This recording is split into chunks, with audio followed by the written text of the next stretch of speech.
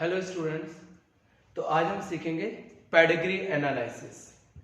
Pedigree analysis क्या है वो पहले हम समझेंगे, उसके बाद में इसको किस तरीके से ह्यूमन जेनेटिक्स में यूज किया जा सकता है उसकी इंपॉर्टेंस को समझेंगे। तो पहले हम शुरू करते हैं पेडिग्री एनालिसिस से। देखिए किस तरीके से, जिस तरीके से ह्यूमन में कैरेक्टर इनहेरिटेड होते हैं, मतलब एक जनरेशन से दूसरी जनरेशन तक पास ऑन होते हैं, तो सेम टाइम पे कई डिसऑर्डर या डिजीज रहती है वो भी पास ऑन होती है। और उन डिजीज का जो पैटर्न्स होता है, जो पास ऑन होने का पैटर्न्स होता है, वो मेंडेलियन जेनेटिक्स को फॉलो करता है। मेंडेलियन जेनेटिक्स जो कि हमने अर्लियर क्लास में पढ़ा था, मेंडेलियन जेनेटिक्स पैटर्न के अंदर कुछ डिजीज है वो हमारे ऑटोसोम क्रोमोसोम से लिंक्ड है और कुछ डिजीज है जो हमारे सेक्स क्रोमोसोम से लिंक है। तो पहले हम यहाँ पर कुछ डिजीज जो मेंडेलियन पैटर्न्स डिजीज के अकॉर्डिंग है उनको हम यहाँ पर लिस्टेड करते हैं। तो देखते हैं वो कौन कौन सी डिजीज है और वो पेडिग्री में किस तरीके से generation to generation pass on होती है। तो उसकी स्टडी जो होगी वो हमारा पेडिग्री एनालिसिस होगा। तो पहले हम डिजीज के बारे में जान लेते हैं कि वो डिजीज कैसे होती है और फिर इसके पैटर्न्स को हम कैसे सॉल्व कर सकते हैं। चलो चलिए देखते हैं।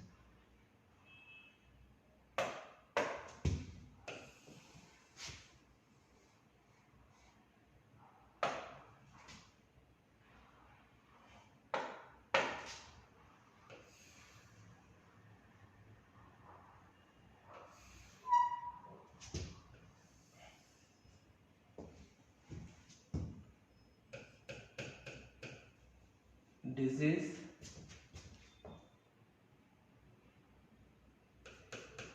टाइप, जैसे हम बात करते हैं कलर ब्लाइंडनेस की। कलर ब्लाइंडनेस वो सेक्स क्रोमोसोम या एक्स क्रोमोसोम से लिंक होती है। तो पहली डिजीज हमारे पास में है यहाँ पर कलर ब्लाइंडनेस। कलर ब्लाइंडनेस किससे रिलेटेड है? एक्स क्रोमोसोम, एक्स क्रोमोसोम से लिंक है। और यही डिजीज ये कैसी है, मतलब हम कहेंगे एक्स क्रोमोसोम से लिंक है तो कैसी होगी? सेक्स लिंक्ड होगी, मतलब ये सेक्स लिंक्ड डिजीज है।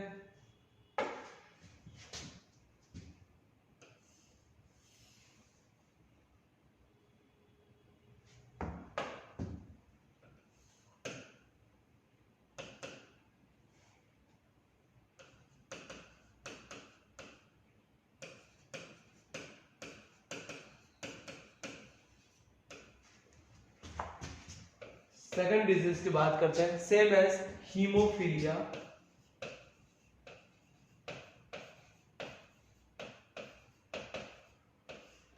हीमोफीलिया भी कहां से रिलेटेड है? एक्स क्रोमोसोम से। ये भी एक्स क्रोमोसोम से रिलेटेड डिजीज है, मतलब ये भी कैसी होगी? Sex linked. तो यहां पर हमारे पास में सिर्फ दो डिजीज ऐसी है जो सेक्स क्रोमोसोम से लिंक्ड है, एक्स लिंक्ड। अच्छा, ये दोनों डिजीज कैसी है? ये दोनों ही disease sex linked recessive type की डिजीज है। ये दोनों ही कैसी? Sex linked recessive. अब अगर हम और डिजीज की बात करें जो कि ऑटोसोम से रिलेटेड हो सकती है, तो यहां पर नेक्स्ट है हमारे पास में फिनाइलकीटोनुरिया,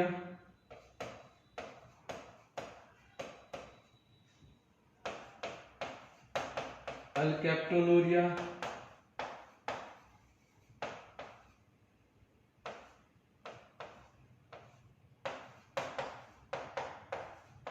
एल्बिनिज्म, सिकल सेल एनीमिया,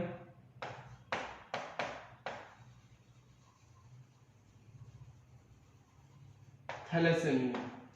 अब ये सारे डिजीज जो मैंने व्हाइट कलर से यहां पर मार्क की है, ये सारी ही कहां से?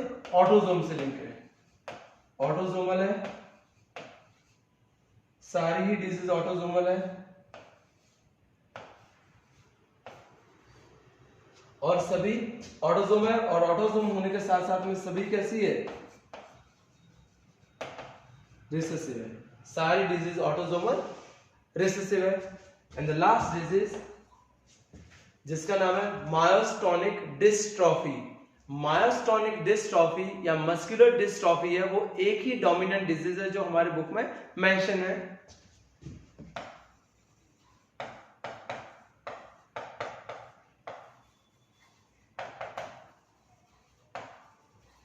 मायोटोनिक डिस्ट्रॉफी या मस्कुलर डिस्ट्रॉफी, ये भी कैसी होगी, है तो ये भी ऑटोसोमल, मगर ये डिजीज का टाइप कैसा है, ये डोमिनेंट टाइप है। तो यहां पर इन्हीं डिजीज को पेडिग्री एनालिसिस में यूज किया जा सकता है। डिजीज आइदर कलर ब्लाइंडनेस होगी, हीमोफीलिया होगी, फिनाइलकीटोनुरिया होगी, अल्कैप्टोनुरिया होगी, एल्बिनिज्म होगी, सिकल सेल एनीमिया होगी, थैलेसेमिया होगी या मायोटोनिक डिस्ट्रॉफी होगी। अब इन्हीं डिजीज में से किस तरीके से इसको पेडिग्री में अप्लाई किया जाता है, तो वो हम सीखते हैं कि पेडिग्री एनालिसिस में इन पर्टिकुलर डिजीज को किस तरीके से अप्लाई किया जाएगा। तो चलिए इसका एप्लीकेशन देखते हैं हम।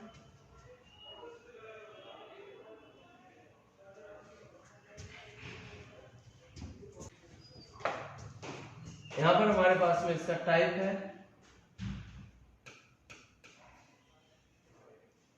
अब ये पेडिग्री में ऑप्शंस के फॉर्म में 4 ऑप्शंस हमको यहां पर गिवन रहते हैं। आइदर तो वो ऑटोसोमल डोमिनेंट होगा, आइदर वो ऑटोसोमल रिसेसिव होगा, या सेक्स लिंक्ड होगा, या हाइपरट्राइकोसिस मतलब हॉलैंड्रिक होगा। तो यहां पर जो हमको एमसीक्यूज में 4 ऑप्शंस दिए हैं होते हैं, उनकी हम बात करते हैं। टाइप में या तो वो ऑटोसोमल डोमिनेंट है, या वो है ऑटोसोमल रिसेसिव, या वो है सेक्स लिंक्ड डिजीज, या वो होता है हॉलैंड्रिक। अब आपके दिमाग में आ रहा होगा कि ऑटोसोमल डोमिनेंट भी हमने बताया, ऑटोसोमल रिसेसिव भी बताया, सेक्स लिंक भी। अब ये हॉलैंड्रिक टाइप क्या है, तो ये हम आगे समझ लेंगे। जनरली क्वेश्चंस में हॉलैंड्रिक डिजीज है वो रेयरली पूछते हैं, आज तक पूछा नहीं गया है, बट वेरी रेयर डिजीज, तो ये यहाँ पर पूछी जाती है। अब इन ऑप्शंस में अगर कोई नॉर्मल है या पेशेंट है तो क्या फर्क होगा। अगर यहाँ पर पेशेंट है और अगर पर्सन नॉर्मल है, तो इन दोनों में डिफरेंट क्या होगा, पेशेंट और नॉर्मल में। तो चूंकि हम जब पेडिग्री एनालिसिस पढ़ते हैं, तो पेडिग्री एनालिसिस में हमको ऑटोसोम्स के अंदर जो उनका इनहेरिटेंस होता है वो दिखाना पड़ता है, या सेम इनहेरिटेंस हमको सेक्स क्रोमोसोम्स का दिखाना पड़ता है। तो यहाँ पर अगर कोई पर्सन है वो ऑटोसोमल डिसऑर्डर से, ऑटोसोमल डोमिनेंट डिसऑर्डर से अगर बीमार है, तो उसका जो जीनोटाइप होगा वो जीनोटाइप रहेगा पेशेंट का कैपिटल ए या कैपिटल ए स्मॉल ए रहेगा। और अगर वो नॉन पेशेंट है तो उसका जीनोटाइप रहेगा स्मॉल ए। सेम अगर पर्सन ऑटोसोमल रिसेसिव डिजीज से सफर कर रहा है, तो उसका जो जीनोटाइप रहेगा रिसेसिव का, जिसमें वो पेशेंट रहेगा, उसका स्मॉल ए रहेगा। और अगर नॉर्मल कंडीशन है तो capital A, either capital A small A रहेगा। अगर वो सेक्स लिंक से सफर कर रहा है, तो सेक्स लिंक के अंदर पेशेंट के लिए फीमेल में दोनों एक्स के ऊपर पर्टिकुलर जो कैरेक्टर्स है वो होना चाहिए जो डिजीज कॉजिंग है, और मेल के अंदर एक ही एक्स पे वो जीन रहेगा जो डिजीज कॉजिंग जीन है। और अगर नॉर्मल कंडीशन है तो फीमेल तो नॉर्मल तो रहते ही है, but sometimes the carrier also survive normal, right. तो फीमेल इस तरीके से रह सकती है, और जो मेल पेशेंट है या मेल नॉर्मल है वो सेम लाइक एक्स वाई बिल्कुल नॉर्मल क्रोमोसोम्स के साथ में होगा। हॉलैंड्रिक के अंदर हम देखते हैं तो हॉलैंड्रिक क्रोमोसोम में एक डिजीज आती है हाइपरट्राइकोसिस। हाइपरट्राइकोसिस में क्या होता है, पर्सन के जो एयर पिन्ना होता है उसके ऊपर हेयर ग्रोथ होता है, मतलब कानों के ऊपर बाल होते हैं। और ये जो डिजीज है या कहेंगे ये जो इनहेरिटेड कैरेक्टर है वो सिर्फ और सिर्फ वाई क्रोमोसोम से लिंक्ड होता है। तो यहाँ पर हमारे पास में जो पर्सन पेशेंट कह लो उसका वाई क्रोमोसोम रहेगा, और जो नॉर्मल रहेगा उसका y है वो नॉर्मल रहेगा। मतलब ये grandfather to father, father to son and so on, ये कंटिन्यू जाएगा। और इसका जो ट्रांसमिशन है वो हमेशा मेल टू मेल ही होता है। तो यहाँ पर मैंने जो नाम बोला हॉलैंड्रिक का, उसको अंदर डिजीज है हाइपर ट्राइकोसिस। बट ये जनरली पूछा नहीं जाता। अगर हमारे पेडिग्री में हाइपर ट्राइकोसिस दिया तो हमको एक ही बार में पता चल जाता है कि पेडिग्री में हाइपर ट्राइकोसिस दिया गया है, तो हमको यहाँ आसानी रहेगी।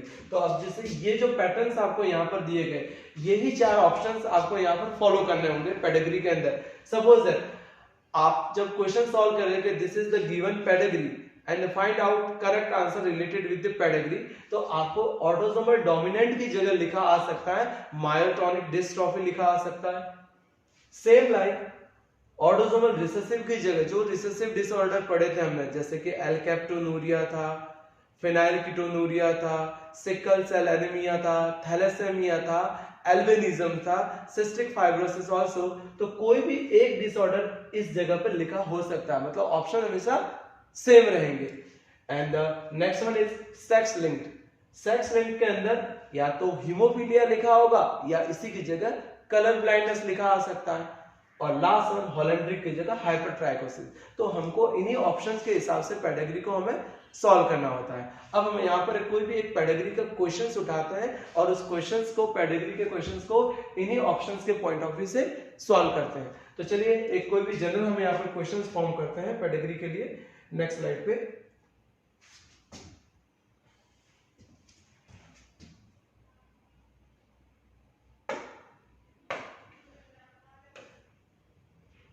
पेडिग्री में राउंड जो होता है वो फीमेल को इंडिकेट करता है और बॉक्स होता है वो मेल को इंडिकेट करता है।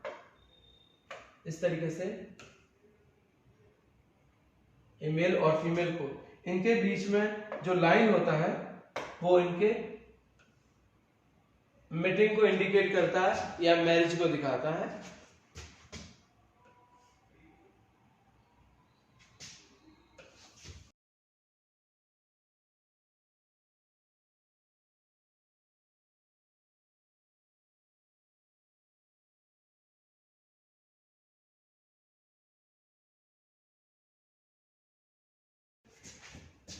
ये क्वेश्चंस का पेडिग्री यहाँ पर बनके रेडी है। अब देखिए इसके अंदर हम यहाँ पर कुछ के अंदर डिजीज पुटअप कर लेते हैं। डिजीज को हम यहाँ पर किसी कलर से दिखा देते हैं, जैसे मैं यहाँ पर ऑरेंज कलर से दिखा रहा हूँ।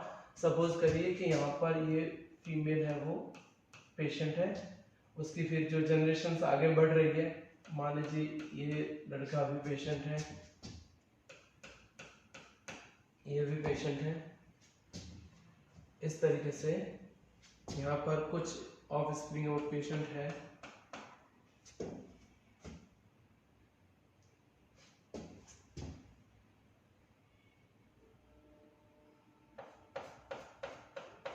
इस तरीके से हमने यहाँ पर कुछ पेशेंट्स बना दिए हैं नॉर्मल। तो अब इस पेडिग्री के ऊपर हम अगर एप्लीकेशंस करके देखें तो हमको यहाँ पर ये समझना होगा कि क्या ये ऑटोसोमल डोमिनेंट है, क्या ये ऑटोसोमल रिसेसिव है, क्या ये सेक्स लिंक्ड है या हॉलैंड्रिक है। तो हमको सारे एप्लीकेशन इसके ऊपर करके देखने होते हैं। कई बार ऐसी कंडीशंस भी होती हैं कि एक ही पेडिग्री के ऊपर एक से ज्यादा मतलब डिफरेंट सिचुएशंस एप्लीकेबल हो सकती है। तो अब हमारे पास में जो पेडिग्री यहाँ पर गिवन है, इसके अंदर हम अगर देखते हैं तो यहाँ पर हमको क्या पता चलता है, उसको अपन यहाँ पर ऑब्जर्व करते हैं कि इसके अंदर मान लीजिए मैं यहाँ पर एक और पेशेंट बना देता हूँ। तो देखिए इसके अंदर सबसे पहले मैं इसको हॉलैंड्रिक मान के ट्राई करता हूँ। अगर मैं इसको हॉलैंड्रिक मान के ट्राई करता हूँ तो हॉलैंड्रिक होता है वो वाई क्रोमोसोम से लिंक होता है। तो चूंकि यहाँ तो देखिए फीमेल भी पेशेंट कुछ दिए गए हैं, यहाँ पर ये फीमेल पेशेंट है, ये भी फीमेल पेशेंट है, कुछ फीमेल पेशेंट्स यहाँ पर है। तो इसका मतलब तो ये हॉलैंड्रिक तो नहीं हो सकता, मतलब ये हॉलैंड्रिक है वो नहीं है।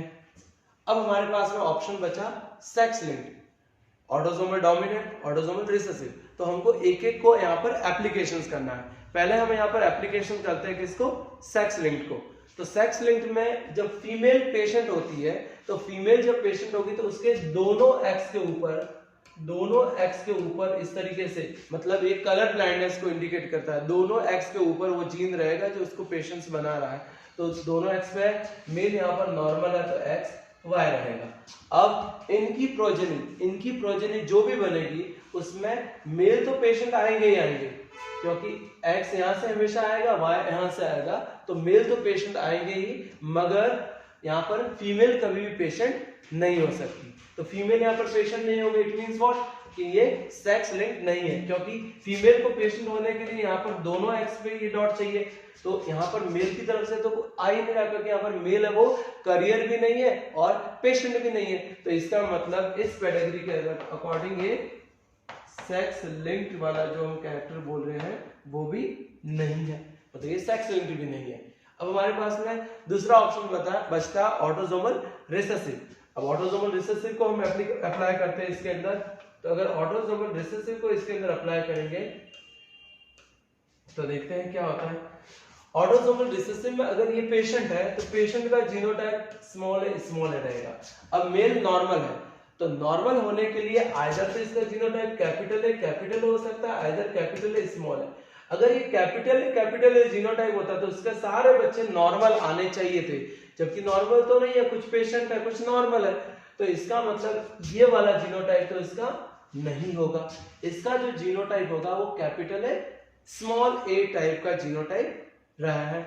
अब ये जीनोटाइप वाला पर्सन या मेल जब रिसेसिव या पेशेंट फीमेल से शादी करेगा तो इनके बच्चों का जीनोटाइप क्या रहेगा। तो देखिए अगर हम चाहे तो यहाँ पर छोटे इस तरीके से चेकर बोर्ड बना के देख सकते हैं अगर जरूरत पड़ने पर कि ये जीनोटाइप है। तो कैपिटल है स्मॉल है हमने इसका लिखा और स्मॉल है हमने लिखा।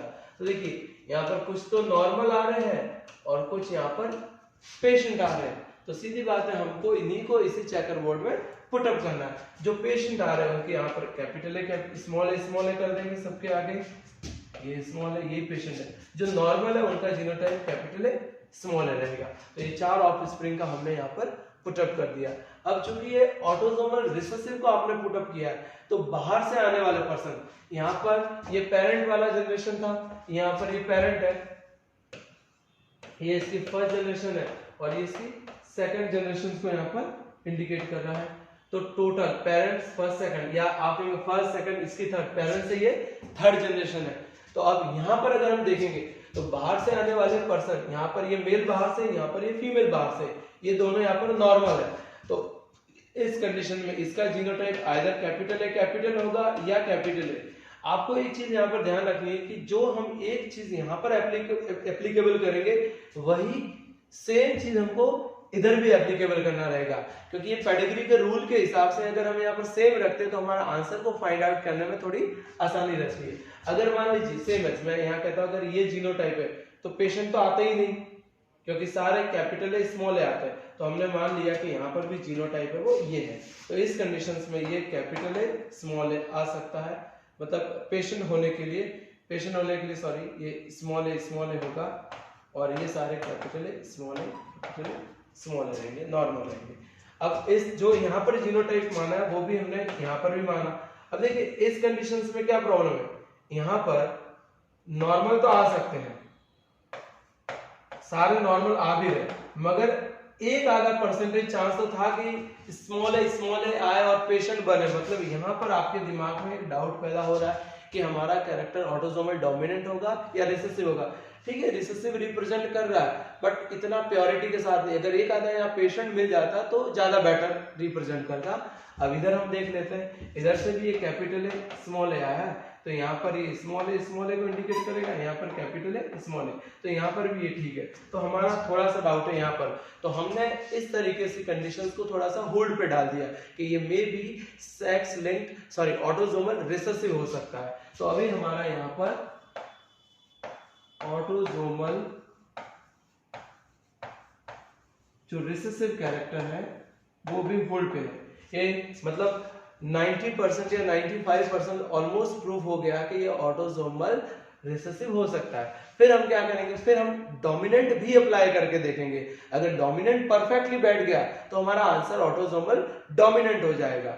मगर अगर डोमिनेंट में कहीं कोई प्रॉब्लम हुई तो हम उसी वे में आंसर कर लेंगे ऑटोसोमल रिसेसिव, क्योंकि वो इसके पॉइंट से इसके अंदर फिट एप्लीकेबल है। तो चलिए इसके अंदर नेक्स्ट जो हम एप्लीकेशन लेते हैं ऑटोसोमल डोमिनेंट की लेते हैं।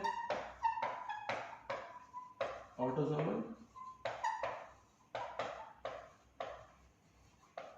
डोमिनेंट, अब ऑटोसोमल डोमिनेंट के लिए हमको यहाँ पर सबको रब कर देते हैं। अब देखिए ऑटोसोमल डोमिनेंट में पेशेंट होने के लिए क्या चाहिए, capital A genotype, either capital A small A, और नॉर्मल एल के लिए स्मॉल ए चाहिए।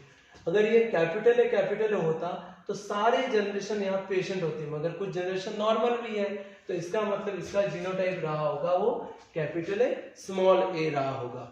अब अगर ये कैपिटल ए स्मॉल है तो इसी चेकर बोर्ड के अकॉर्डिंग जितने भी पेशेंट बने हैं उनका जीनोटाइप होगा कैपिटल ए स्मॉल है, आइदर कैपिटल स्मॉल है। ये नॉर्मल है तो इसका स्मॉल है रहा होगा।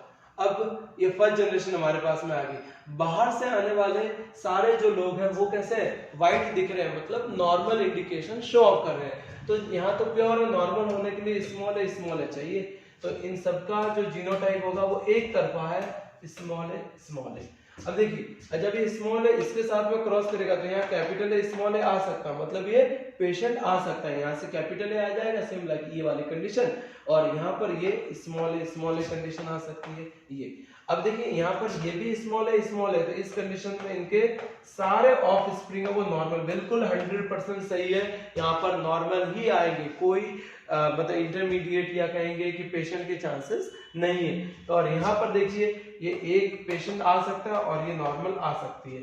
तो यहाँ पर हमारा ये क्लियर हो गया कि इस पेडिग्री के ऊपर जो ऑटोसोमल डोमिनेंट है वो ज्यादा बेहतर एप्लीकेबल है as compare to autosomal recessive. तो हम यहाँ पर इसको सही आंसर के तौर पे ऑटोसोमल डोमिनेंट समझेंगे। तो इस तरीके से हमारा एक पेडिग्री का क्वेश्चन सॉल्व होता है, जिसमें हमको हर बार ये एप्लीकेशंस करके देखना होगा इन 4 पॉइंट ऑफ व्यू से कि वो ऑटोसोमल डोमिनेंट है या ऑटोसोमल रिसेसिव है, सेक्स लिंक्ड है या हॉलैंड्रिक है। हाँ, यहाँ पर एक ट्रिक जरूर पता चलती है कि अगर प्रोबेबली पेरेंट्स दोनों ऊपर डार्क नहीं दिए, मतलब दोनों व्हाइट दिए हैं, तो उस कंडीशंस में जो इनहेरिटेड ट्रेट है आइदर तो वो ऑटोसोमल रिसेसिव होगा या प्रोबेबली वो सेक्स लिंक्ड हो सकता है, मगर वो ऑटोसोमल डोमिनेंट कभी नहीं होगा, वो हॉलैंड्रिक है वो कभी नहीं होगा। तो ये कुछ यहाँ पर बेसिक ट्रिक से हमको पता चल सकता है कि हम किस तरीके से पेडिग्री को यहाँ पर सॉल्व करेंगे। आई होप सो आपको ये लेक्चर समझ में आया होगा और आपको अच्छा लगा होगा।